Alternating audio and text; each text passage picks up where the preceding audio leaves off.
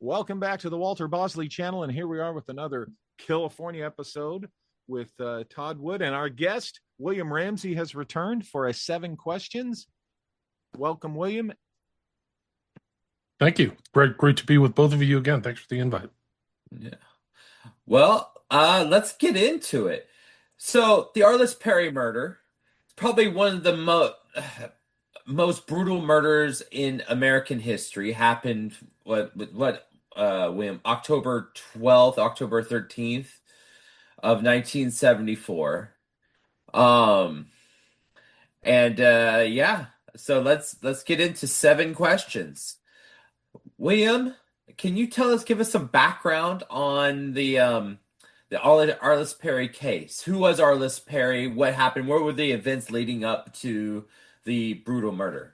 Yeah, Arlis Perry was a 19-year-old. She was from North Dakota, I think Bismarck, North Dakota. She had married another man, Bruce Perry, now also 19, and attended Stanford. And there's a lot of background that's included in it. Kind of is actually the intro to the great Maury Terry's book, Ultimate Evil. So a lot of people may know her name from that. And then kind of recently in this documentary, Sons of Sam. But she was a young girl. She was a Catholic. She was also kind of had an evangelical sensibility. But she went to Stanford, was with her husband.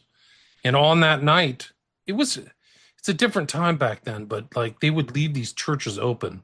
And at night, after an argument with her husband, she went to the Stanford Memorial Church, which is really the centerpiece of the Stanford University campus.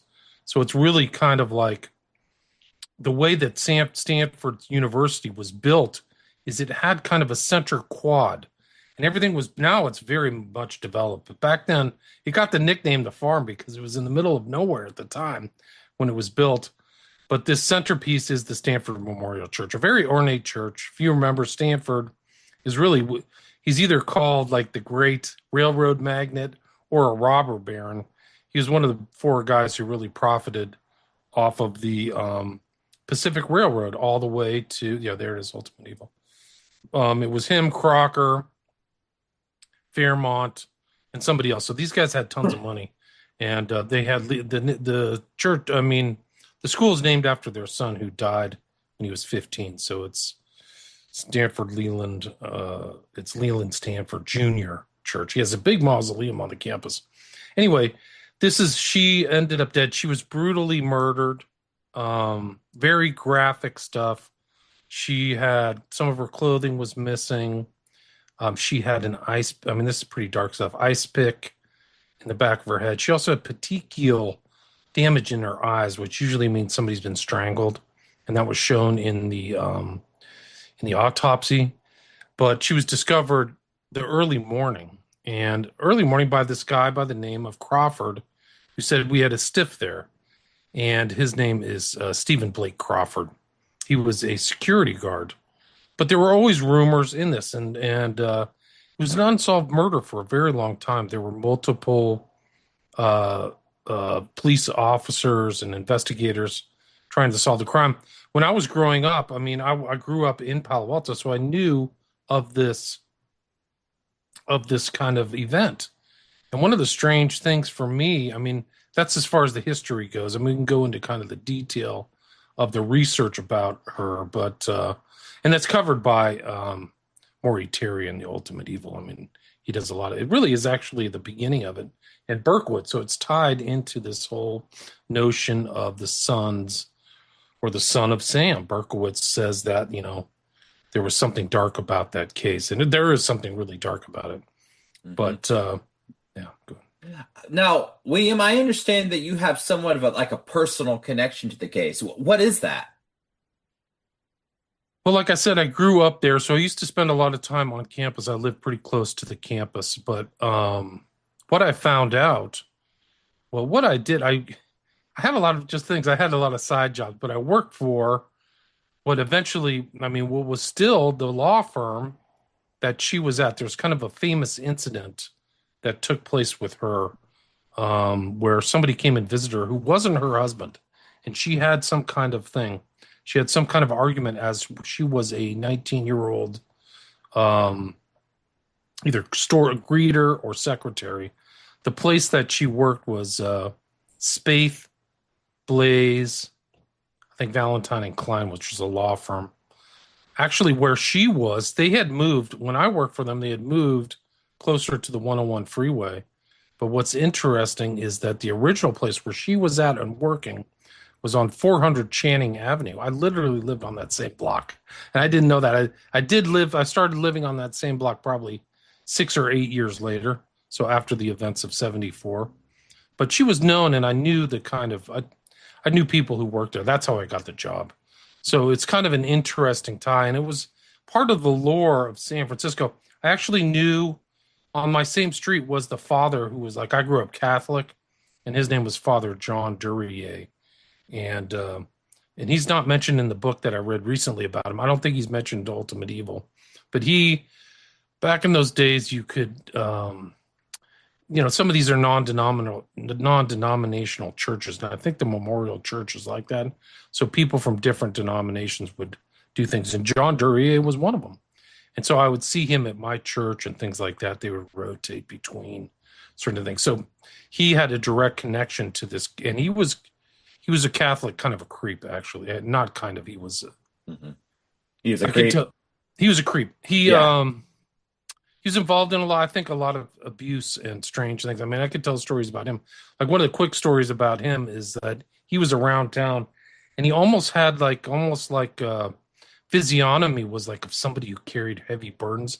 His back was arched over, almost kind of like a hunchback, and he would ride his bike around like that. This is a father of a Catholic church. And one of my friends saw this guy come out on the road and scream at him, was riding his bike, and he screamed at the father, and he said, "I know what you did." I know, like really like at the top of his mouth, like in a pretty calm kind of suburban environment. It's pretty unusual, but yeah. Actually, well, it's not that unusual. There's a lot of abuse in the Catholic Church. A lot of abuse in churches. I'm not trying to focus on Catholics, but right. The whole churchianity thing it's no good. So anyway, so I had direct ties. So it's surrounded. I don't want to name people's names. I know some of these. I know some names really close to this law firm, and I mean I've seen Spaeth and stuff like that. Like I knew these guys. Like I grew up with some of these people's sons. So this kind of environment where she lived, not for very long, really. I think she was in that area. She stayed at a place off of campus. That wasn't Palo Alto. It was like, I can't remember the name of it, but she wasn't there for very long. Perry went on to be a very famous kind of psychologist. So her original husband, who was, I think, a suspect at the time. Yeah, he was. Yes, he was kind of sus. Like even the story of her ending up at the church late at night is kind of sus. And I think when the police first went to him, he had a bloody nose, if I remember correctly. Right. Yeah, he claimed that he would get nosebleeds. Because Bruce Duncan Perry would go on to be the child psychiatrist who examined the kids who survived at Waco. Right. He was also the child psychiatrist who examined the kids who were affected by the Oklahoma City bombings, which that would connect to Jolly West, and and so on and so on and so on. Specialist in childhood trauma. Yeah. Yeah. Oh yeah. Now, as far as the murder goes, do you think Stephen Crawford worked alone, or did he have help? And if so, was there a group behind Stephen Crawford? Like I think that the fact that Berkowitz knew what was going on, like knew something from Maury Terry, like my view towards Terry over time has only increased, like what he achieved. I was also on a Facebook page that used to exist when I was on Facebook that he was secretly involved in. Ed Opperman was involved there, and we would exchange stuff. Like that's how, and this is probably 10 years ago when he was still alive. Yeah. But I think that Berkowitz knew stuff that he did, and I wrote about it in this article. This is literally one of the first articles that I had. But I think that Berkowitz said something about Arlis Perry hunted, stalked, and slain, followed to California, Stanford University. And if you read about stuff that went on in Bismarck, I think Bismarck, is it South Dakota or North Dakota? Like there was weird things happening there, and they showed that in this new Sons of Sam documentary by Zeman, people drinking blood and really crazy stuff. Yeah, yeah. So these rumors are that this guy Manson too, and it's in the context of a lot of other kind of group killings that were taking place. Mm-hmm. There were other deaths that were happening in '74. There was a young man who died at Stanford who that crime was never solved, but they think it might have been associated with the zebra killings, which was a super racist black against white group of people who were like on a rampage in San Francisco at the time. So it's a lot of instability. Right. This is around the time of the Symbionese Liberation Army. Mm-hmm. So all these things you have to see this Arlis Perry in the context of this really crazy Operation Chaos type stuff that was going on in California. Chaos ended in '74 as well.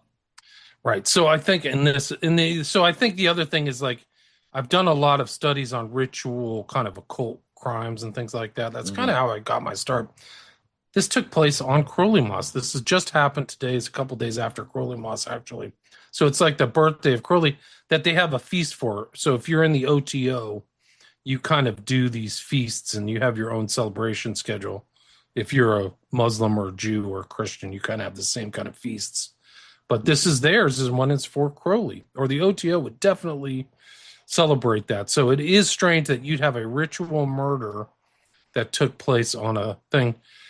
There was another guy who came out and said that he was there. He was on the Opperman report. His name was like McCarrick, who made this claim later that he saw on that night some kind of ritual taking place within the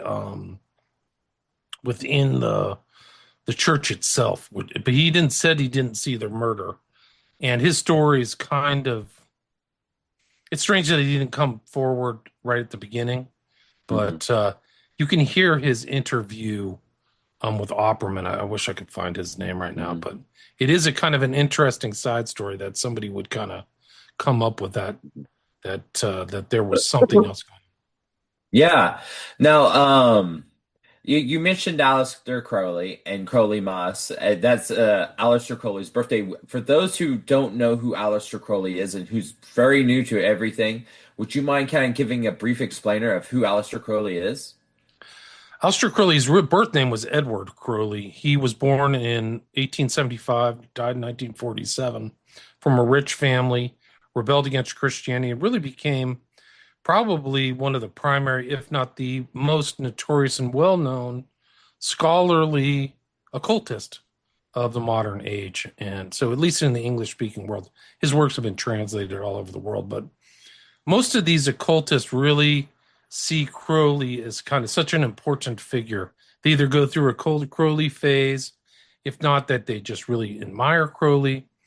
And it is interesting, like, that this thing happened on Crowley Moss when a lot of Crowley's followers were in the Bay Area and active or around that time and knew this stuff. Process Church is brought up. There is a guy, Crowley, his name is McMurtry, who knew Crowley, who lives in that area. He was in Oakland. He was claimed to be the heir of the OTO. And then both LeVay and Aquino are around too. So it's really something else. But Crowley wrote so many things. He was a literateur. He traveled the world. And he's, like I said, he started his own religion. He called Thelema, which was really, he wanted to kind of really change the culture of the world. He had this idea of the birth of the child and kind of a new aeon or aeonic change, like 1,000-year change. So he was pretty ambitious. And it's interesting, too, that he passed away in 1947. And then the 1960s would come around, and Timothy Leary said he'd pick up the baton. He said he's carrying on Crowley's work. So you this guy who's the Johnny Appleseed of LSD, and I wrote about this in my book, Children of the Beast. Like the Johnny Appleseed of LSD is around there, and all this chaos is happening, and the weathermen are around. Leary's in jail. He's in the same jail as Manson. I mean, it's just really crazy stuff. And the weatherman. Oh, go ahead. Let's remember too with Leary is when he was brought into researching LSD, he was working for the CIA when he did. He credited them. He's on record, Walter, saying like he's crediting the CIA for that. There's kind of an interesting um, interplay between him and Huxley. Huxley's directly connected to Crowley. Crowley turned Huxley on to mescaline, or really mushrooms, or whatever you want to call it. So it's really an interesting kind of occult history that affected really world events. And Arlis Perry's right there at the end, yeah.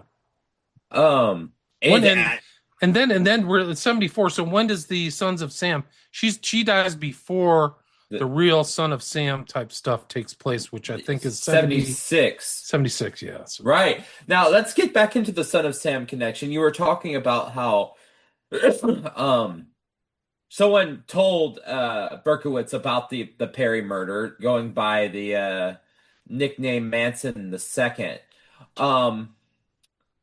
What what was I going to ask?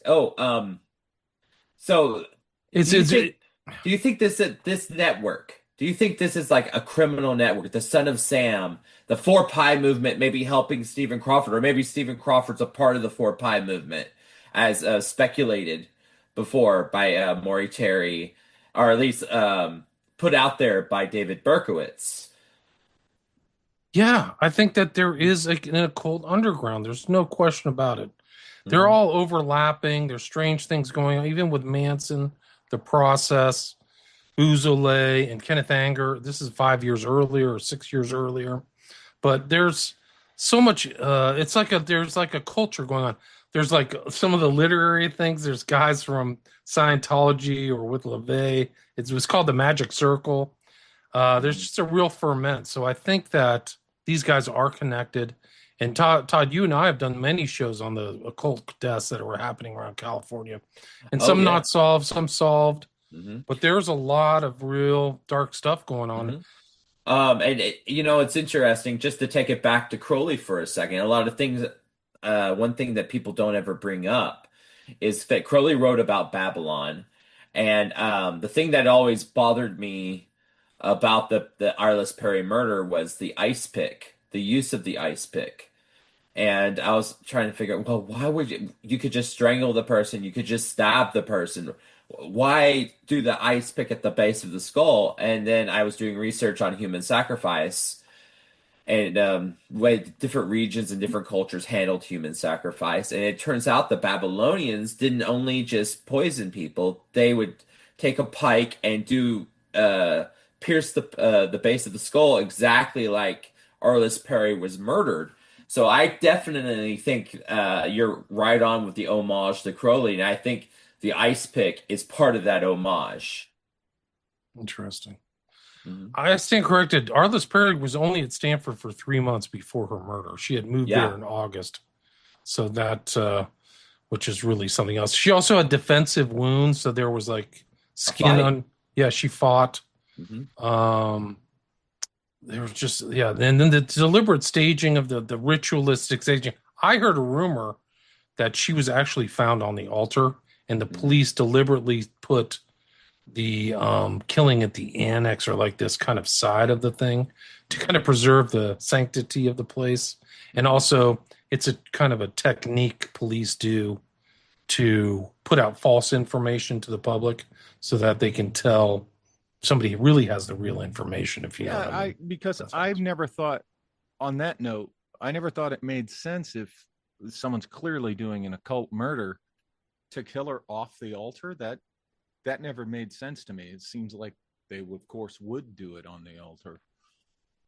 Yeah. And the other people who died around there, they found some of the other killers. There were 3 other deaths. It was Marie Perloff, Janet Ann Taylor, and then David Levine was possibly suspected to have been a victim of the what's known as the zebra murders. I think and it was the head of the zebra murders, the head of that particular cult that was. I heard that he was down the cell block from Manson. Interesting. I think I could be wrong. I'm not as up on the Manson stuff as I'd like to be, but I think it was San Quentin, and part of the whole end of the world race war thing was coming from the zebra guy constantly talking about killing white people. Manson Yep. overhearing that and being reactionary to that. Good point. Yeah. Yeah, yeah. Now, so we've talked about a vast criminal network, the Son of Sam, the Four Pi, the Process Church, the Church of Satan, the Weather Underground, all these people. But is it possible as well, because now that we know about MK Often and MK Often, the experimentation into the occult, we know that the CIA was mimicking Aleister Crowley rituals, copying them, and I guess they were getting results. There's a lot of reports that people psychiatrists needed to go see their own psychiatrist, and doctors wanted to go see psychiatrists, and they needed medical help. Um, do you think that there was an experiment piggybacking on the murder? Like it was successful in the lab, so they got to take it out into the field and field test it. Possibly. I mean, there's other weird things that were happening before that. If you remember, there was Frazier and Mullen and Hmm. Kemper were all kind of in Santa Cruz, not that far away from these guys. And I think Mullen and Herbert were really strange. They both did a lot of LSD and their personalities changed. Hmm. So there may have been some type of outlay of that. And like I said earlier, like they're talking about the Patty Hearst type thing that's going around. And like Jolyon West is heavily involved in that. And so is Bailey was her attorney, who's friends with William Joseph Bryan. Hmm. Like literally had a plaque on his wall that he went through William Joseph Bryan's Jr.'s hypnotism classes. Hmm. So I think it's important. I think it's important to look at the Arlis Perry case in its cultural context. And I think it's more believable that there were more people involved, especially if this guy Crawford, who ended up getting killed. For people who haven't seen Sons of Sam, Hmm. it shows the video of him like they're coming after him and he kills himself in his apartment. Yeah. Oh, they had the badge cam footage Yeah, of so they had Stephen Crawford killing himself. yeah, he was older at the time, so like 72. Hmm. So I think really something different, but I think that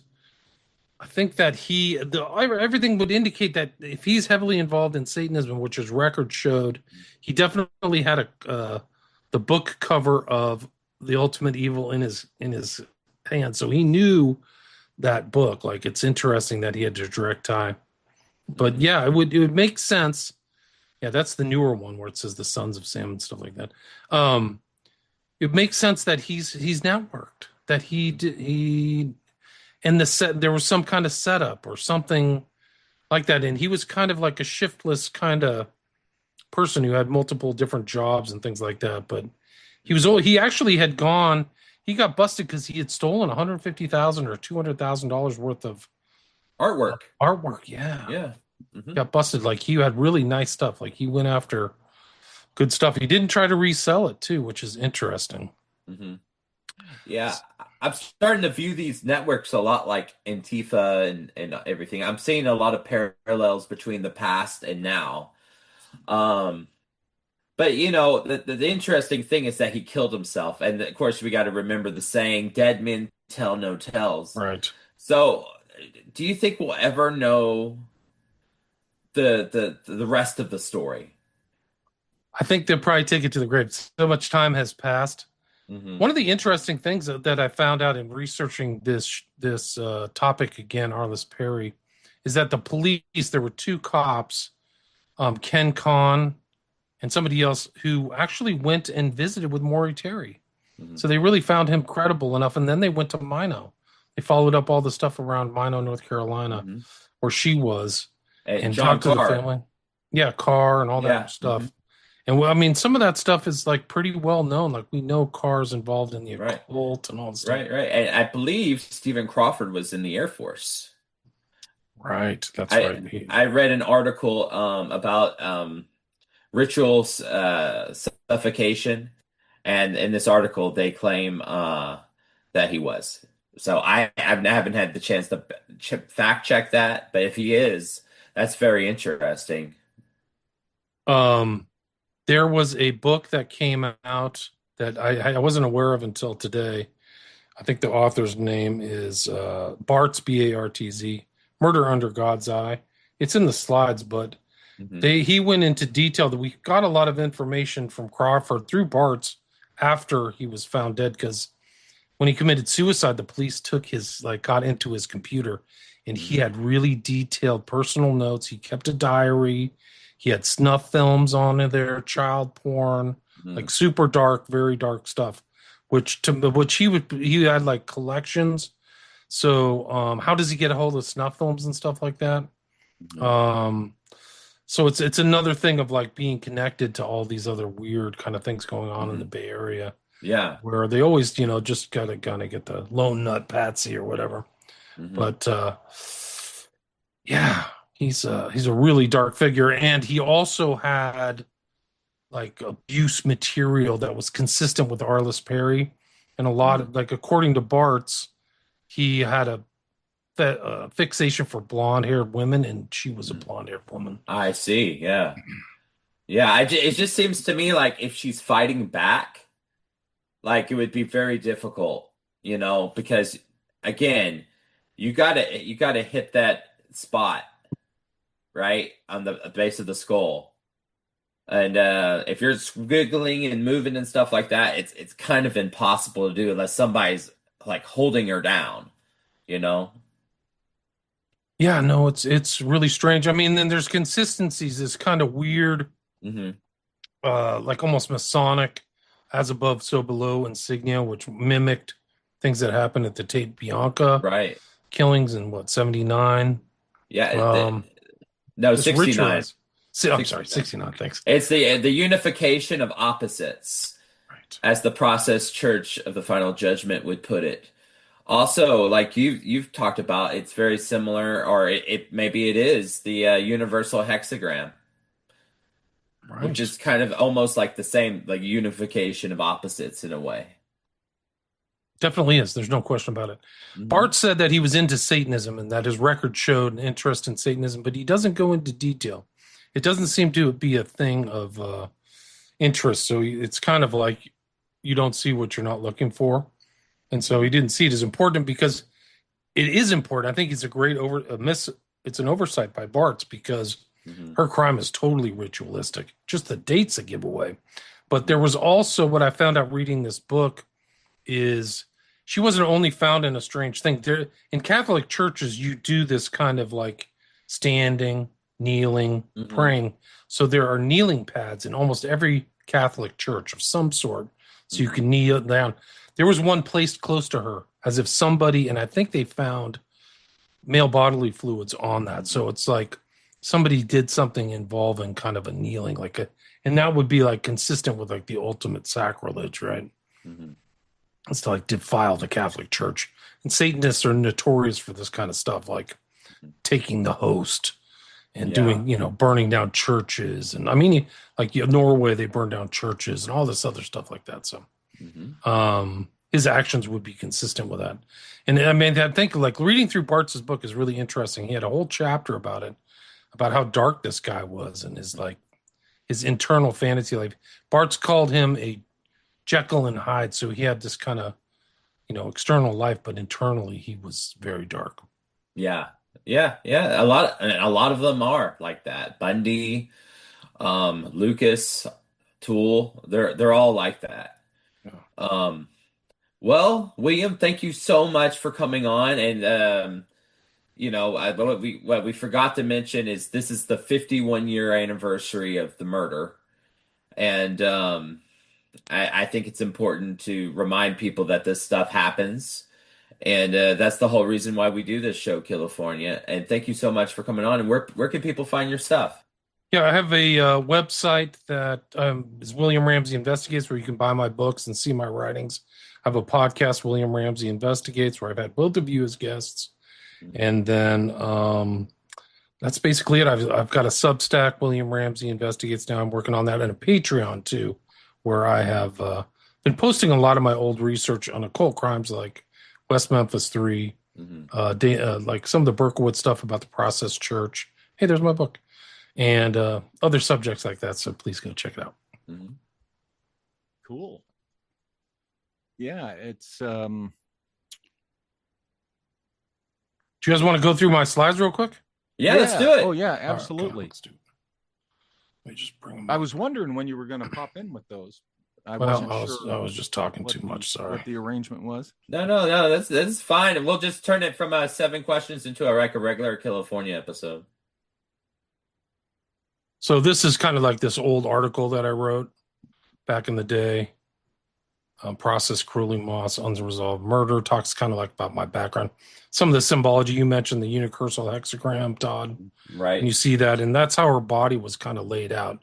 Like her blue lines were her pants, which they found out later weren't even her pants. They were her husband's pants, which is really weird. Whoa. Yeah, so that was in the Bart's book that I was reading through today. And But then you say it wasn't her pants. It wasn't the ones she was wearing at the time. Even maybe that's what I remember from the Bart's book. Yeah, we can Yeah. get to. It's pretty wild, and this is what was carved into one of the La Biancas. Really graphic, but that same as above, so below motif, right? Right. yeah. And there's an article. This is a recent one from 2023. 3 or 4 families have answers. So they've got. I mean, the reason they got to Crawford was that I think mitochondrial DNA stuff, right? Right. I think that's how they got 2 of the 3 of the. Never found this Levine guy's killer, unfortunately. But there's what Arlis Perry looked like. That is the Stanford Memorial Church at the center quad of Stanford. So that's the book. This is a sketch of the wounds on Arlis Perry. You see the puncture wound in the back of her head, petechial, blood vessels bursting in her eyeballs, so or hemorrhaging. And then Bart's talks about the husky young man from Blaze, Valentine, and Klein and stuff like that, which is kind of this other suspicious thing. At 400, right. Yeah. 400. I think. Oh, go ahead. I'm sorry, man. Well, I was just trying to get through the stuff. Bart's also mentions the Death Angels and the zebra killings. So, there was just all kinds of things that this might have tied into this Levine guy who was killed on campus. Let's see. There were just there was also all kinds of strange things going on. Thefts. Oh, there was also a theft, an important theft that took place at the Memorial Church. There was like a golden crucifix that disappeared that was worth a significant amount of money that was put together by Jane Stanford.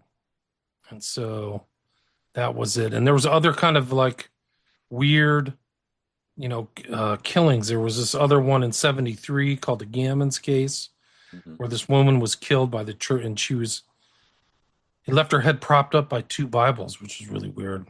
Oh, that's interesting. Do they think that might have been Crawford as well? I think he got blamed on his wife. I think it was it. And I found out her maiden name was Dykema, Dykema.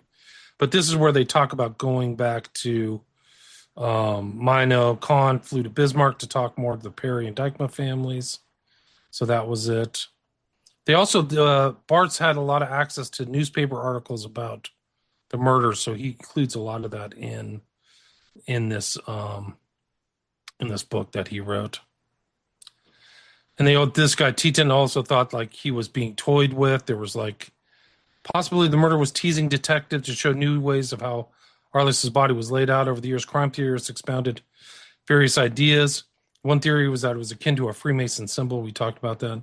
Others professed to see occult meaning in the symbol. Some things like the carvings done on Charles Manson's victims.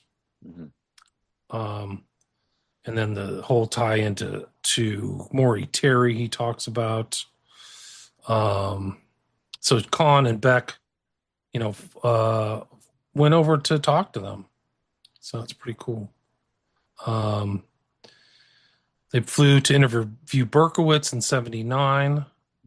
And there was something about the anatomy of witchcraft. So there's a lot of details in here that I haven't seen in other things, or I don't recall. It was in the Anatomy of Witchcraft where he wrote that note that Arlis Perry stalked, slain, or hunted and slain and all that. I can't remember it off the top of my head, but then he sent it to the chief of police or the sheriff of uh, North Dakota, where Arlis was. I don't remember. I don't recall I'm that. trying to remember the Sons of Sam documentary, and it's been a while since I've seen it. I'm sorry. But it's almost like she got stalked, just like Berkowitz said. Terry reported that a young man in Bismarck had followed Arlis around, taking pictures of her. The minister who married then buried Arlis, saying that a man with a black cape was seen trying to break into the Bismarck Reformed Church before dawn on Friday, October 18th, 1974. So that was 4 days after she was murdered. Oh, sorry, 6 days after she was murdered. Mhm. And then 2 weeks after, a makeshift marker was put over her grave in Bismarck, and it disappeared without explanation. Right. It wasn't one of the weird things that there was two Bruce Duncan Perrys? Yeah, that's Yeah, right. yeah. Yeah, or Bruce Perry or something like that. Yeah, there was two. It was weird. It was like two Oswalds or something. Yeah. To Terry, all these events were part of a pattern. If there was in fact a motive for the killing, it would be hidden in Bismarck, not Palo Alto. Mhm. And then he talked to Blaze. So like he had. I didn't know that he interviewed the attorneys. But he gave him a thing as he disguised him with a pseudonym, Mark Connors. Mm. And they talk about this husky man who went in and was talking to Arlis. Mhm. Terry concluded that the second Bruce Duncan Perry might have signed up for a telephone so that he could encourage Arlis to contact him. So it's just there's just like interesting little facts. Oh, one of the things I didn't know is that James Franco made some kind of 5-part YouTube series about these killings. He's from Palo Alto too. Mm. So he did a 5-part, which I haven't seen, but he has like, I mean, it's an occult. I mean, he has an interesting background too, which is a whole nother show. Mhm. But he has interesting friends, aka what's that witch who did the blood ritual, the spirit cooking? Who's that? Oh yeah, I know who you're talking about. He I knows her. don't He remember hangs her out name. with her and knows her. Yeah.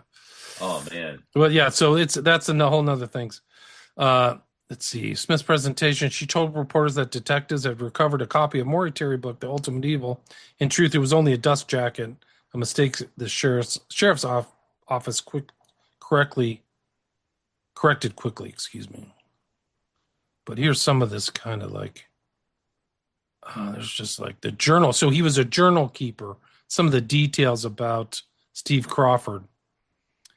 Says here, Steve Crawford's computer and files after his suicide, they had little idea of the sheer volume of the contents. It took months of work to decipher the thousands of pages. Part of the journal had a wistful or depressed tone, but the bulk revealed a man obsessed with Satanism and violence towards women. Mm. FBI profiler Howard Teton had been right, uncanny in his predictions so many years before. The presumed killer did keep a journal. And then he goes on, guilt. Then he calls him Jekyll and Hyde. This was Steve's innermost thoughts and plans to harm people laid out in graphically explicit terms. It was thousands of pages of disgusting porn and language charged with demonic reference. He doesn't go into detail about that. Mm. Talks a lot about exhibitionism, women's body. Assuming Crawford was the killer, it showed that his interest in such behavior was lifelong. Rape had been understood as an effort at domination, at utter control, at debasement, but this went beyond that. Embedded in Crawford's ramblings was a yearning for revenge played out on the stage of the sacred. I think he deliberately chose to hate God, to hate women, to hate Stanford University, said my source.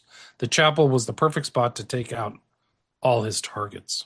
Mm. The journal was complemented by an extensive video collection that focused on child pornography, rape, and snuff movies, all neatly labeled by subject and stored in Library Connect collection format. I paused when I heard that.